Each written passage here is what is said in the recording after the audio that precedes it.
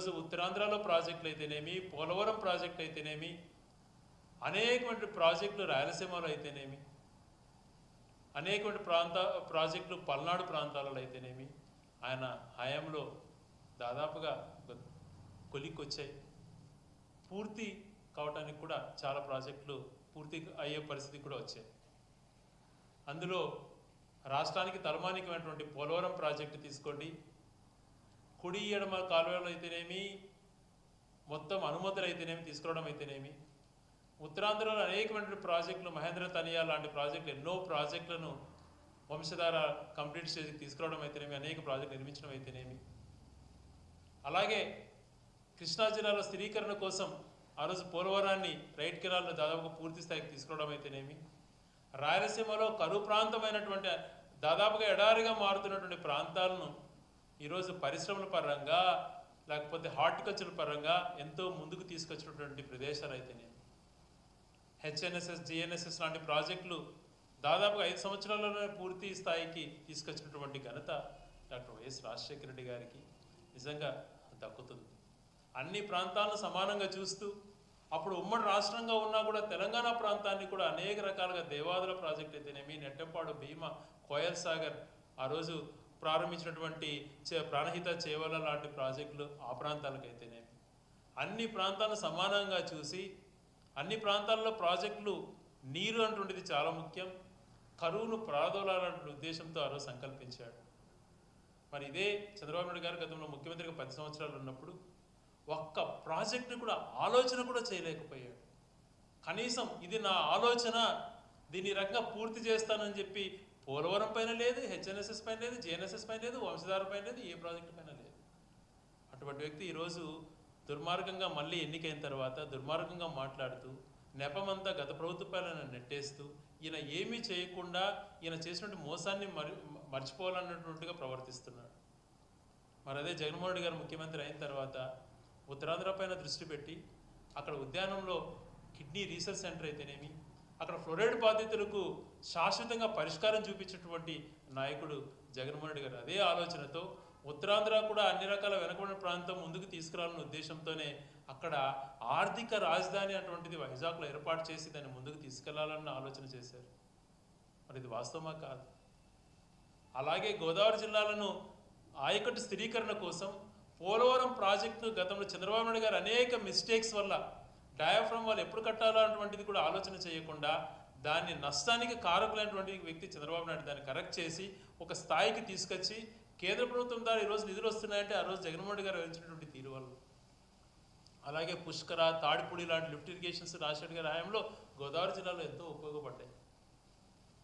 అలాగే Rayalaseema lift irrigation గురించి ఈరోజు నేను మాట్లాడదలుచుకున్నాను. రాయలసీమ లిఫ్ట్ ఇరిగేషన్ వల్ల చేస్తే ఈరోజు 7 నెలలు శ్రీశైలం ఇన్ఫ్లో వస్తే ఆ నీళ్లు ఒడిసిపెట్టుకునేటువంటి అవకాశం లేక, గతంలో ఒక విజన్ అటువంటిది లేక చంద్రబాబు గారు పరిపాలన చేసినటువంటి 15 సంవత్సరాలలో రాష్ట్రం ఈరోజు అధోగతి పాలవుతుంది. రాయలసీమ ఎస్పెషల్ గెండికోట ప్రాజెక్ట్ని 5 టీఎంసీలు కుదించమని గతంలో చంద్రబాబు గారు జీవో ఇస్తే దాన్ని 20 టీఎంసీలకు రాజశేఖర్ గారు పెంచితే ఈయన హయాంలో ఏమీ చేయకపోతే 27 టీఎంసీలు నిలవడానికి కారకులు జగన్మోహన్ రెడ్డి గారు. గెండికోటలో పూర్తి సామర్థ్యానికి నీళ్లు నిలబడమే కాకుండా అలాగే అనేక ప్రాజెక్టులు సోమశిలలో ఫుల్గా రావడం అయితేనేమి, కండలేరుకి ఎలాగ పోవాలన్నటువంటి ఉద్దేశంతో అయితేనేమి, ఇలాగా అన్ని ప్రాజెక్టులపైన దృష్టి పెట్టి ప్రాపర్గా ప్లాన్ చేసుకోవాలి. 7 నెలలు మన దాదాపుగా ఇన్ఫ్లో వచ్చింది. శ్రీశైలం ప్రాజెక్టు పొంగి పొల్లింది 7 నెలలు కంటిన్యూస్గా. దాదాపుగా 1000 టీఎంసీ సముద్రంలో కలిపారు. అటువంటి పరిస్థితులలో స్టోరేజ్ ఉండాలనే ఉద్దేశంతో గెండికోటను పూర్తి స్థాయిలో నింపడమే కాకుండా మరొకటి సమాంతరంగా ఇంకొక రిజర్వాయర్ నిర్మించి ఈ ప్రాంతాలను ఆదుకోవాలన్నటువంటి ఆలోచన చేస్తే ఈరోజు కేంద్ర ప్రభుత్వం నా ద్వారా నడుస్తుంది, నేను ఏం చెప్తే అది కేంద్ర ప్రభుత్వం నేను శాసించగలను మాట్లాడి చంద్రబాబు నాయుడు గారు ఒక ఎన్విరాన్మెంట్ క్లియరెన్స్ ఇప్పించలేకపోయారా అని చెప్పి ప్రశ్నిస్తున్నాం. దాదాపుగా 50% పూర్తయినటువంటి ప్రాజెక్టు పూర్తి అయితే కింది స్థాయిలో ఉన్నప్పుడు కూడా ఇలాంటి ఫ్లడ్ ఫ్లో ఎక్కువ వచ్చినటువంటి వరదలు ఎక్కువ వచ్చినప్పుడు ఆ నీళ్లను లిఫ్ట్ చేసుకోవాల్సిన ఉద్దేశంతో దాన్ని సంకల్పిస్తే దాన్ని ఏదో ఒక నిర్వీర్యం చేయాలన్నటువంటి ఆలోచన చేస్తున్నాడు. అక్కడ అన్ని ప్రాంతాలు సమాంతరంగా ఉండాలి, అన్ని ప్రాంతాలు సమాంతరంగా అభివృద్ధి చెందాలన్నటువంటి ఆలోచనతో ఒక పక్క పులిచింతల అటువంటి ప్రాజెక్టును గతంలో రాజశేఖర్ గారు కంప్లీట్ చేస్తే ఆ పులిచింతల తర్వాత కూడా వేమూరు పామర్రు మధ్యన ఆయకట్టు స్థిరీకరణ కోసం అయితేనేమి, పెనమలూరు పామర్రు మధ్యన స్థిరీకరణ కోసం అయితేనేమి రిజర్వాయర్లు నిర్మించడానికి జీవోలు కూడా ఇచ్చి పనులు కూడా ప్రారంభించారు. ఇది అన్ని ప్రాంతాలను సమానంగా చూసినట్టు కాదా? మరి ఎందుకు నీకు ఈ వివక్ష?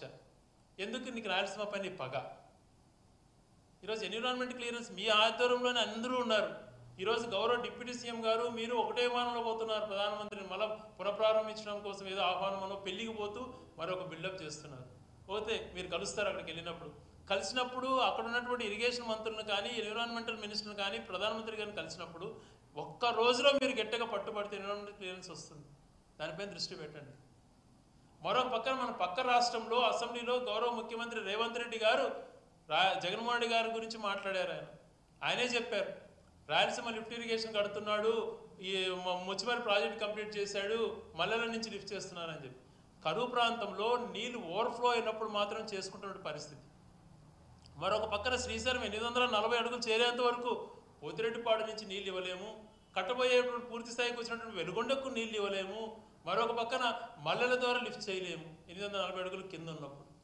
అటువంటి పరిస్థితులు ఉన్నప్పుడు మరొక పక్కన మీరేమో అటుపక్క పక్క రాష్ట్రంలో కోయల్ సాగరు, భీమ, నెట్టెంపాడు, పాలమూరు రంగారెడ్డి రిజర్వాయర్ల ద్వారా కిందిసారి 800 అడుగులు కింద బురదలో ఉన్నప్పుడు కూడా ప్రాజెక్టు నీళ్ళన్నీ కంప్లీట్ అయినా కూడా మీరు పక్క లిఫ్ట్ చేస్తున్నారే.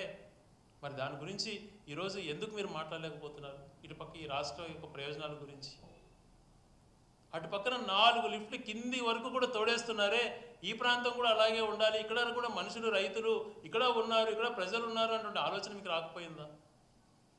గతంలో పోతిరెడ్డిపాడు అన్నటువంటి ప్రాజెక్ట్ చేయకపోయింటే ఈరోజు ప్రాజెక్టుల దుస్థితి ఏంటి?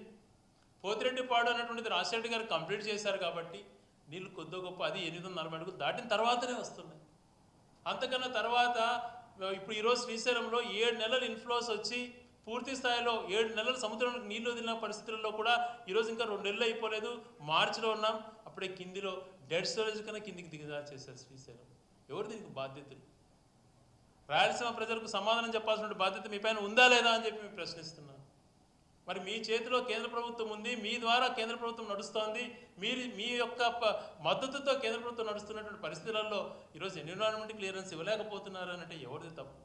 50% పూర్తయినటువంటి ప్రాజెక్టు. మరొక పక్కన గాలేరు నగిరి ద్వారా ఈ హెచ్ఎన్ఎస్ఎస్ అనుసంధానం చేయాలన్నటువంటి ప్రాజెక్ట్ నిర్మిస్తే దాన్ని వద్దు అని చెప్పి మానిపించేశారు. ఎస్, ఆ రోజు హెచ్ఎన్ఎస్ఎస్ మీరు కాదు కదా చేసింది, రాజశేఖర్ గారు కదా దాన్ని కంప్లీట్ చేసింది. ఆ హెచ్ఎన్ఎస్ అయిపోవడం వల్లే కదా జైసల్మార్ కన్నా తక్కువ రైన్ఫాల్ ఉంది, అనంతపురం జిల్లాలో కరువుగా ఎడారిగా మారబోతుంది అన్నటువంటి ప్రాంతం ఈరోజు సస్యశ్యామలుగా ఈ ఇండస్ట్రీస్ కనుగోడుగా రావడం జరిగింది. మరి అలాంటి ఆలోచన ఉంది కాబట్టే మంచి జరిగింది.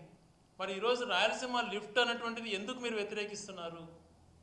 ఈ హెచ్ఎన్ఎస్ఎస్ జిఎన్ఎస్ఎస్ లింకు అనంతపురం అటువంటి కరువు ప్రాంతం కాబట్టి ఆ ప్రాంతంలో మల్లెల ద్వారా లిఫ్ట్ చేసినా కూడా హెచ్ఎన్ఎస్ఎస్కి పోయేటువంటి నీళ్లు చాలా ఎన్ని పోయినా కూడా అక్కడ కరువు ప్రాంతాల్లో అక్కడే ఇంకా బీటీ తిప్పని అనేకమైన ప్రాజెక్టులు కావాలని కోరుతున్నారు. కాబట్టి ఆ ప్రాంతం నుంచి హెచ్ఎన్ఎస్ఎస్కి టైలెండ్లో కానీ లింక్ చేసే టైలెండ్కి నీళ్లు రావు కాబట్టి హెచ్ఎన్ఎస్ జిఎన్ఎస్ఎస్ ఉంటుంది గ్రావిటీతో ఉంటుంది కాబట్టి గండికోటల్లో స్టోరేజ్ ఉంటుంది కాబట్టి దాని ద్వారా లింకప్ చేస్తే కన్నా అక్కడ కాలేటి వాగును నింపుకొని వెలుగులను నింపుకుంటే అక్కడ ఉన్నటువంటి ప్రాంతాలు సస్యశ్యామలం అవుతాయని చెప్పి ఆలోచన చేసి 50% ప్రాజెక్టు దాన్ని కంప్లీట్ చేస్తే ఈరోజు దాన్ని వద్దు అని చెప్పి మీరు స్టాప్ చేయండి అని చెప్పి ఆదేశాలు ఇచ్చి ఆ పనులు ముందుకు పోనీకుండా చేస్తున్నారు.